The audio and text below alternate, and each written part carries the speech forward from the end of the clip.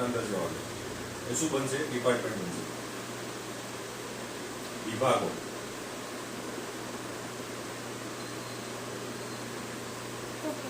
Enter લખો cells પહેલું department બનાવીએ. અંડર ગ્રુપ આવશે પ્રાઇમરી. ડિફાઇન સેલરી ડિટેલ નથી, કશું રાખવાનું નહીં, ગ્રુપ આપવાનું કશું લખવાનું નથી. બીજો ડિપાર્ટમેન્ટ બનાવીએ પીયુઆરસી પરચેસ પ્રાઇમરી ગ્રુપ. બીજું અકાઉન્ટ્સ. એ 3 ડિપાર્ટમેન્ટ બનાવ્યા. બરોબર? પ્રાઇમરી અને ડિપાર્ટમેન્ટનું નામ લખવાનું, બાકી કશું કોઈ જગ્યાએ યસનું આપવાનું નથી. પછી યુનિટ કોડ. હવે આ શું આવે છે? યુનિટ કોડ મતલબ કે તમે જ્યારે અહીં દિવસો અને કલાકોનો ઉલ્લેખ કરશો એના પાછળ મિનિટ ને બધું હોય તો આને યુનિટ કહેવાય. કે 32 સાડા 32 કલાક હોય તો 5 મિનિટ 10 મિનિટ તો મિનિટ કલાક બે અલગ અલગ કરવાનું અને એને આઇડેન્ટિફિકેશન કરવા માટે યુનિટને ઉલ્લેખ કરવો પડે. અહીં પહેલાં સૌથી પહેલાં એક બનાવીશું અવર્સ. યુનિટ ક્વોન્ટિટી કોડના અંદર નોટ એપ્લિકેબલ કરવાનું તો લખવાની જરૂર છે. બીજું યુનિટ બનાવીશું મિનિટ. 2 યુનિટ કોડ બનાવ્યા આપણે. ત્રીજું યુનિટ કોડ બનશે એને કમ્બાઇન કરશું આપણે કમ્પાઉન્ડેડના અંદર, મતલબ કે બંને કોડ મર્જ થઈ જશે. કમ્પાઉન્ડ સિલેક્ટ કરવાનું. 1 hour = 60 મિનિટ. આ એક નવું યુનિટ કોડ બનાવવાનું. 2 યુનિટને કમ્બાઇન નાખવાનું. Okay, enter. આટલું કર્યા પછી એસ્કેપ ફાઇલ બહાર નીકળી જવાનું. શું શું બનાવ્યું? ગ્રુપ બનાવ્યું, યુનિટ બનાવ્યા. હવે એટેન્ડન્સ એન્ડ પ્રોડક્શન ટાઈપ મતલબ કે હાજરીના અંદર તમારે શેનો ઉલ્લેખ કરવાનો. હાજરીના શું શું વપરાય? પ્રેઝન્ટ ડેનો ઉલ્લેખ થાય, વીકલી ઓફનો ઉલ્લેખ થાય, લીવનો ઉલ્લેખ થાય અને ઓવરટાઈમનો. 3 વસ્તુનો ઉલ્લેખ થાય. સૌથી આપણે પ્રેઝન્ટ ડે પ્રમાણે એક બનાવીશું. પહેલો એટેન્ડન્સ બનાવીશું પ્રેઝન્ટ ડે.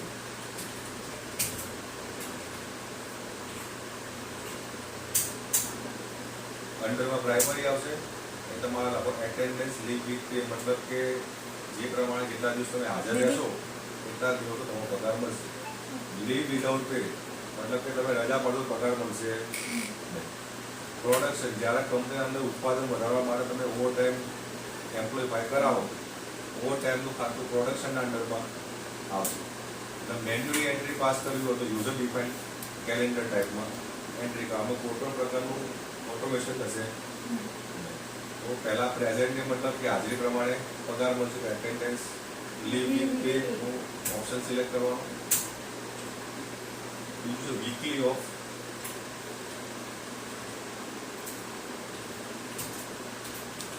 અઠવાડિયામાં એક રજા મળે એનો પગાર કપાય નહીં તો લીવ કહેવાય પણ એનો પગાર મળશે. એટેન્ડન્સ અથવા લીવ વીકલી રજા છે પણ પગાર કપાશે. ઓકે, બીજો ઓપ્શન છે અઠવાડિયા સિવાય તમે એક રજા સિવાય એક્સ્ટ્રા રજા પાડો, એડિશનલ લીવ લો એની રજા કપાય. શું આવશે? વિધાઉટ પે મતલબ કે હવે રજા પાડો તમારા પૈસા કપાય, પૈસા મળશે વિધાઉટ પે. ચોથો ઓપ્શન છે ઓવરટાઈમ. ઓવરટાઈમ ક્યાં થાય? જ્યારે કંપનીનું ઉત્પાદન વધવાનું, પ્રોડક્શન ઉપર સિલેક્ટ કરવાનું. જે એચઆર કે મેડ સિલેક્ટ કરી જે કમ્બાઇન ઓપ્શન બનાવ્યો હતો ને, જે યુનિટ બનાવ્યા હતા એ કમ્પાઉન્ડ યુનિટ સિલેક્ટ કરવાનો. 1 hour = 60 મિનિટ. આ શું કે હાજરી પત્રકના લગતા ગેર બનાવ્યા આપણે.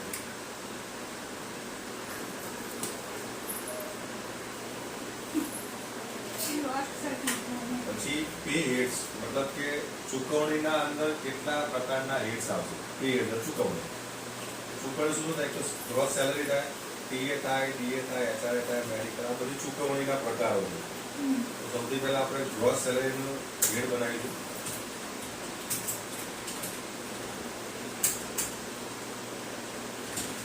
આ પે હેડના ટાઈપ છે. બોનસ તેનો ખ્યાલ હશે. પીઓએન્ડ આવે.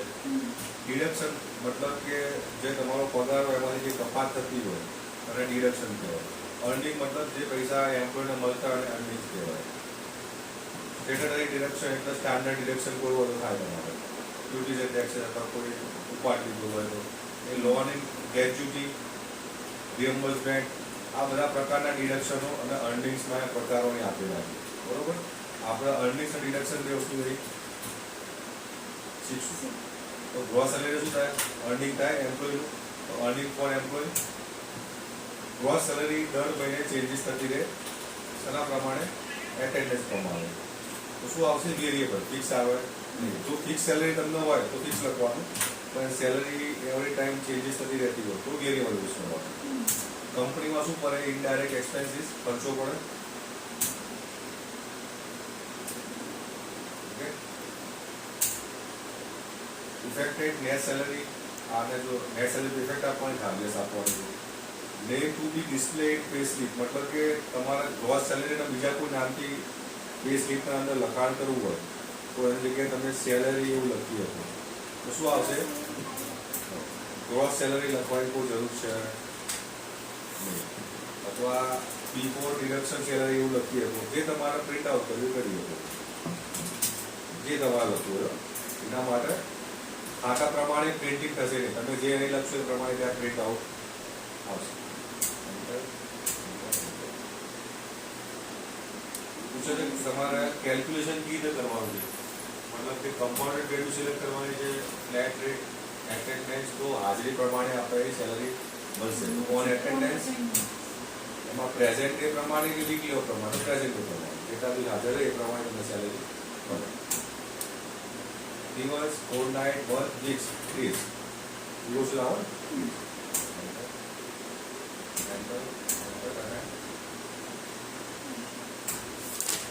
આ ગ્રોસ સેલરીનું ખાતું બનાવ્યું.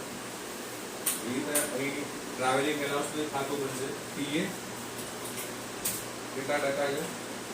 5%. શેના ઉપર? ગ્રોસ સેલરી ઉપર. પછી તમારી જે ગ્રોસ સેલરીના 5% તમને ડિડક્શન કરી આપેલા છે.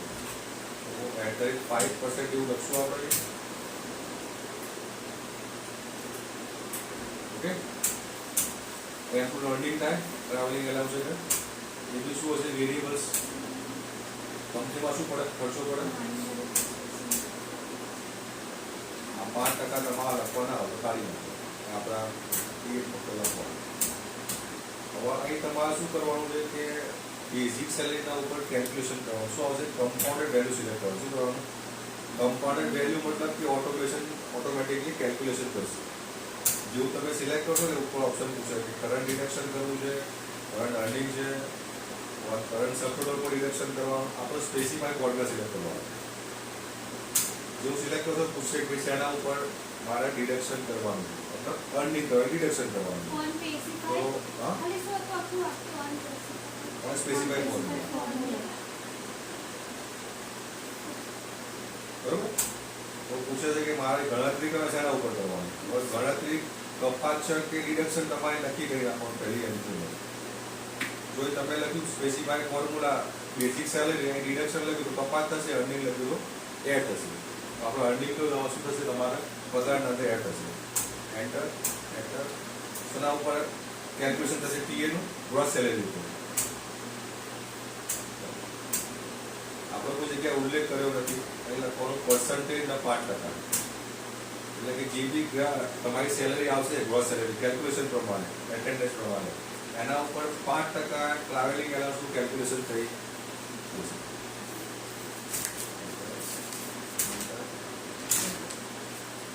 એ રીતે શું છે? પીએ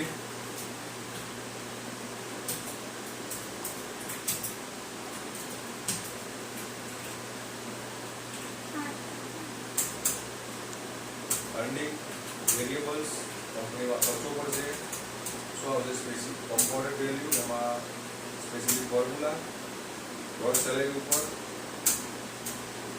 પર્સન્ટેજના ટકા છે 8%. બરોબર.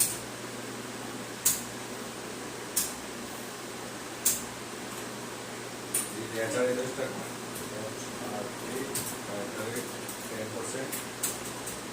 અર્નિંગ ફોર એમ્પ્લોય, વેરિયેબલ્સ, કંપનીમાં ખર્ચો પડશે, compounded value, specific formula, gross salary, percentage કેટલા ટકા છે? 10%.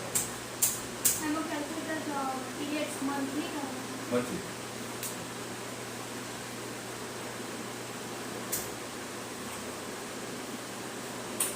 salary trial allowance,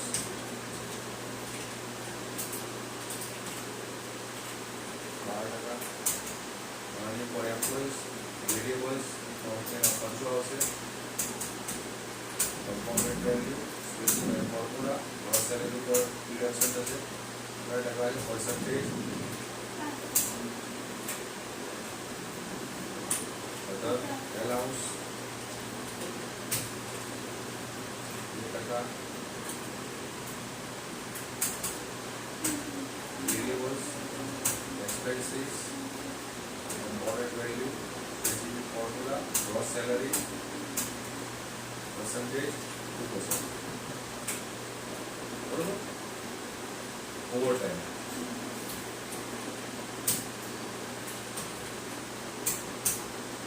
Overtime શું થાય? Earning થાય. Variable overtime, indirect expenses કંપનીના અંદર શું આવશે? On production. Overtime.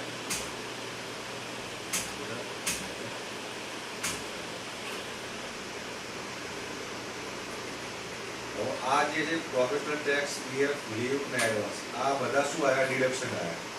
શું આવ્યું? મતલબ કે તમારા અર્નિંગ્સમાંથી વસ્તુ કપાત થશે. તો બીજી પ્રોફેશનલ ટેક્સ શું આવશે? Deduction from employee. શું કહેવાય? Duties and taxes. Professional tax તમારી આવક નથી. શું છે? એક જાતનો ટેક્સ છે. તો તમારે એમ્પ્લોય પાસે ડિડક્શન કરી ગવર્મેન્ટમાં પે કરવાના થાય. Duties and taxes.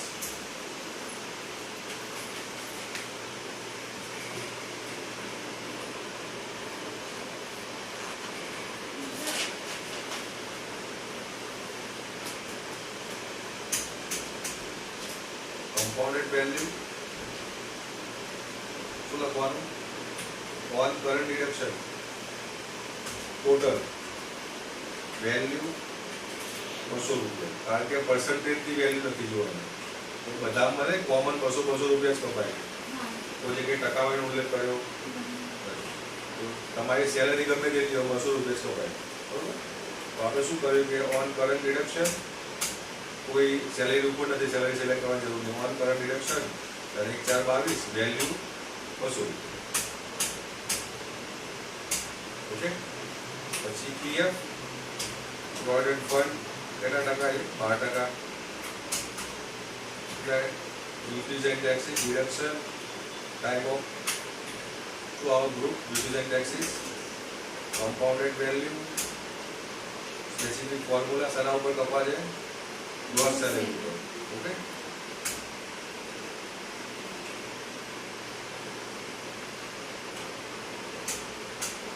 percentage 12%.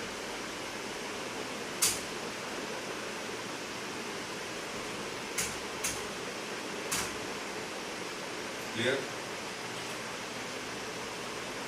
પછી શું આવશે? લીવ, રજા. શું આવશે? Deduction from employ, indirect income. ત્યાં જગ્યાએ ડ્યુટી ટેક્સીસ ના આવે. Leave, on attendance, leave fees. હાજરી પ્રમાણે જેટલા દિવસોની રજા પડી હશે એ પ્રમાણે દિવસ પ્રમાણે પાછું થશે.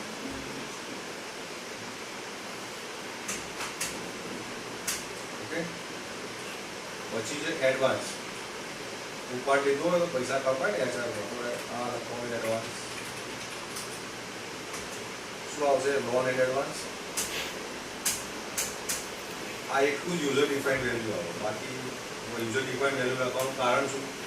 ઘણી વાર એવા ચાન્સીસ પણ એમ્પ્લોય આપણે એમ કે આ મહિને આપતા નથી, અમારું સાથે પેમેન્ટ આપજો. આવા ઘણી વાર પ્રોબ્લેમ ઇસ્યુ થતા હોય, ફેસ થતા હોય છે. એટલે યુઝર ડિફાઇન્ડ વેલ્યુ આપણે રાખીએ.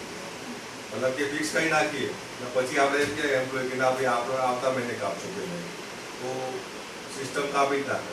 તો યુઝર ડિફાઇન્ડ વેલ્યુ હોય તો તમે એને મેન્યુઅલી મેન્ટેન કરી શકો. Enter enter. આપણા ખાતા બની ગયા. આ તમામ ખાતા બનાવ્યા પછી એમ્પ્લોય બનાવવાના. શું બનાવવાનું? એમ્પ્લોય, કંપનીના એમ્પ્લોય આટલા છે, તમારે 10, 15, 20 દિવસ પ્રમાણે ખાતા બનાવવાના. આપણે આ પ્રમાણે બનાવીએ. પહેલાં રાકેશભાઈનું ખાતું બનાવીશું આપણે. ઓકે, અંડરના અંદર ડિપાર્ટમેન્ટ પૂછે છે. ડિપાર્ટમેન્ટ શું છે એમનું? સેલ્સ. જોઈનિંગ ડેટ જે બી હોય તમારે લખવાની, કઈ રીતે જોઈનિંગ કરવી છે. ડિફાઇન સેલરી ડિટેલ્સ નથી, યસ આપી જાઓ. જેવું તમે યસ આપશો એટલે આવો ઓપ્શન ખુલશે. ઓકે, તો સૌથી પહેલા પહેલો ઓપ્શન શું છે? Gross salary. તો સૌથી પહેલા ગ્રોસ સેલરી સિલેક્ટ કરજો. હવે આ તમને પૂછે છે કે તમે જે સેલરી ચૂકવશો એનો એક દિવસનો પગાર શું હોય. તો આનું કેલ્ક્યુલેશન એક સ્ટાન્ડર્ડ કેલ્ક્યુલેશન હોય. આપણે કેલ્ક્યુલેટર ઓપન કરીએ. માની લો કે આ ભાઈની પગાર 35,000 રૂપિયા નક્કી કર્યો કંપનીએ. તો ભાગ શું કરવાનો આને? 35,000 ગુણ્યા 12 મહિનાનો પગાર કેટલો થાય? 4,20,000 થાય. બરોબર. આને 365 દિવસે ભાગી નાખવાનો, ડિવાઈડ બાય 365. તો એક દિવસનો ભાગ કેટલો આવે? 1150 ને 68.49 બરોબર. આટલો એનો પગાર એક દિવસનો આવે. તો તમારે આનું કેલ્ક્યુલેશન અહીં ઇન્સર્ટ કરી નાખવાનું. જો જેટલા દિવસ હાજરી પડશે એ પ્રમાણે એના પગાર એ પ્રમાણે મળશે. પછી અલ્ટર સી આપશો, નીચે કેલ્ક્યુલેટરનો ઓપ્શન ઓપન થશે. નીચે અલ્ટર સી આપો. અહીં તમારે એ જ ફોર્મ્યુલા નીચે ઇન્સર્ટ કરવાનો. 35,000 multiply 12 divide by 365. 35,000 multiply 12 divide by 365. Okay, એક દિવસની અહીં સેલરી ઇન્સર્ટ થઈ જશે.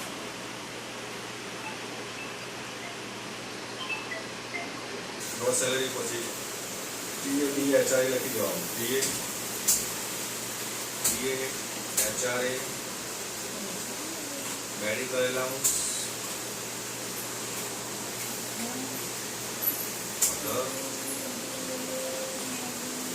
ઓવરટાઈમ. ઓવરટાઈમ અને પાછું એવી ઓપ્શન પૂછે કે ભાઈ ઓવરટાઈમ કરે કોઈ એમ્પ્લોય, તમે કલાકે શું એક તારીખ પર આપશો. એનું બી કેલ્ક્યુલેશન છે. જો એમ્પ્લોયનો પગાર 5,000 હોય તો મલ્ટીપ્લાય 12 ડિવાઈડ બાય 365, 365 દિવસ. બરોબર. એક દિવસનો પગાર આવ્યો એટલે 150 પડે છે. એને 8 વડે ભાગી નાખવાના. કેમ? કે વર્કિંગ 8 કલાક. બરોબર. એન્ટર આપશો એટલે તમારે એક કલાકનો પગાર 143.83 પૈસા આવશે. તો એનો જ ફોર્મ્યુલા ઇન્સર્ટ કરવાનો. જો પગાર 5,000 રૂપિયા હોય તો multiply 12 divide by 365 divide by 8. આવી ગયું 143.84 પૈસા.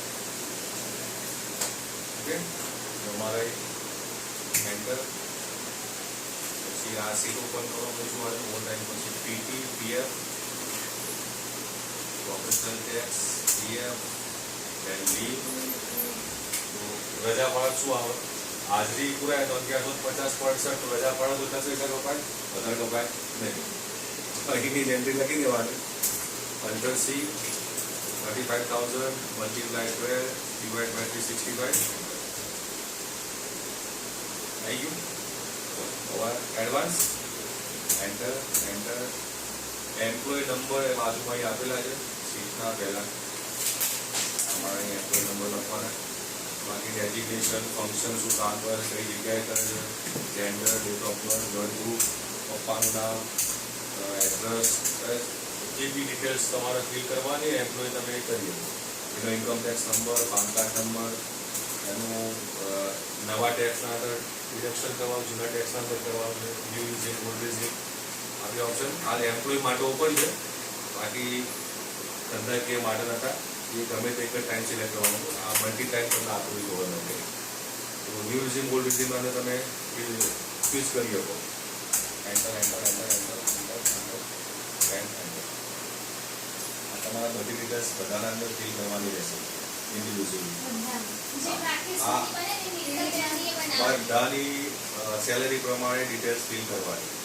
ના વન ટાઈમ કરવાની, દર વખત કરવાની કોઈ જરૂર નહીં. એન્ટ્રી ફિલ કર્યા પછી વારે ઘડી નહીં કરવાનું છે. વન ટાઈમ જ છે, વારે ઘડી ના કરવાની. બરોબર.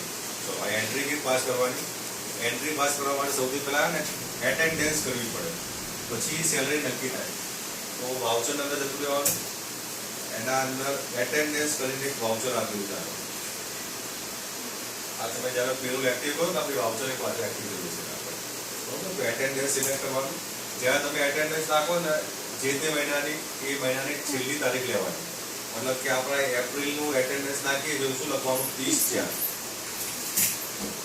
ઓકે, પહેલી તારીખ લેવાની નહીં. 30/4 લીધું. રાકેશભાઈ સિલેક્ટ કરીએ. પહેલા શું એ ફિલ કરવાનું કહે તમને? Present day. લોકો પ્રેઝન્ટ ડે કેટલા દિવસ હાજરી આપી કંપનીની અંદર? 25 દિવસ. રાકેશભાઈ પ્રેઝન્ટ ડે પછી શું છે? Weekly of. કેટલા વીકલી ઓફ છે? 4. રાકેશભાઈ વીકલી ઓફ પછી લીવ કેટલા દિવસ રજા પાડી? 1 દિવસ. અને ઓવર ટાઈમ તો કેટલા કલાક ઓવર ટાઈમ પર આપણે 32 અવર્સ. આ તમારા દરેક એમ્પ્લોયની એન્ટ્રી ઇન્ડિવિજ્યુઅલી એક જ વાઉચરના અંદર ઇન્સર્ટ કરી નાખવાની. મલ્ટી વાઉચર બનાવવાના જોડે તો આમ જ નાખી દેવાનું. એકમાં જ અમારી મિત્તલબેનનું નામ લખવાનું. આપણે ખાતું નહીં બનાવ્યું, નીચે મિત્તલબેન આવે. ચાર એન્ટ્રી, હા 4 એન્ટ્રી મિત્તલબેનની આવશે. પછી 4 એન્ટ્રી એના પછી જે એમ્પ્લોય એની આવે, પછી 4 એન્ટ્રી એની આવે. પણ એક જ વાઉચર તો એન્ટ્રી પાડી દેવાની. મલ્ટી વાઉચર કરવાના નહીં. Enter enter. આ શું કર્યું આપણે? હાજરી પૂરી. શું કર્યું? બરોબર. પછી કંટ્રોલ સાથે F4 આપશો એટલે પેરોલ નું ઓપ્શન ઓપન થશે. શું થશે? કંટ્રોલ સાથે F4. પેરોલ ના અંદર 2 ઓપ્શન આવશે, એક મેન્યુઅલી અને ઓટોમેશન. તો પહેલા આપણે મેન્યુઅલી એન્ટ્રી પાસ કરશું. તારીખ આપવાની 30/4. જે એટેન્ડન્સની તારીખ હોય એ તારીખ તમારે પેરોલ એ રાખવાની. 30/4.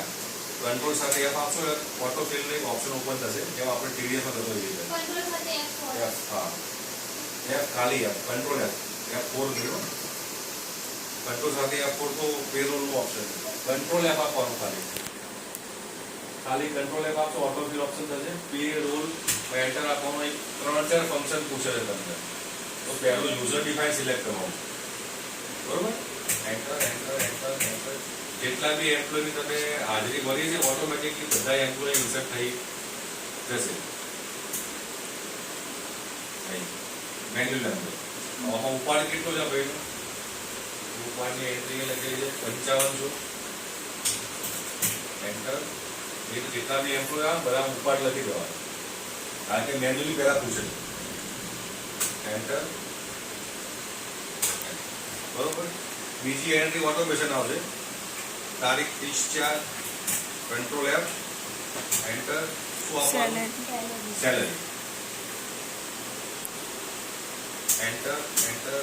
આ ખાસ જોવાનું ફ્રોમ ને ટુ ઓલ એમ્પ્લોઈઝ.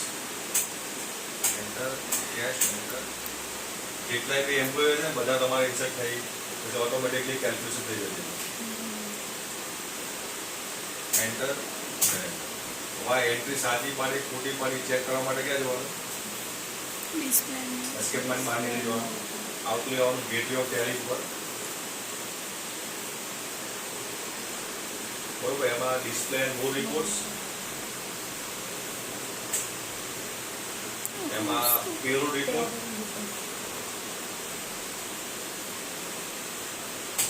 એના અંદર પે સ્લિપ.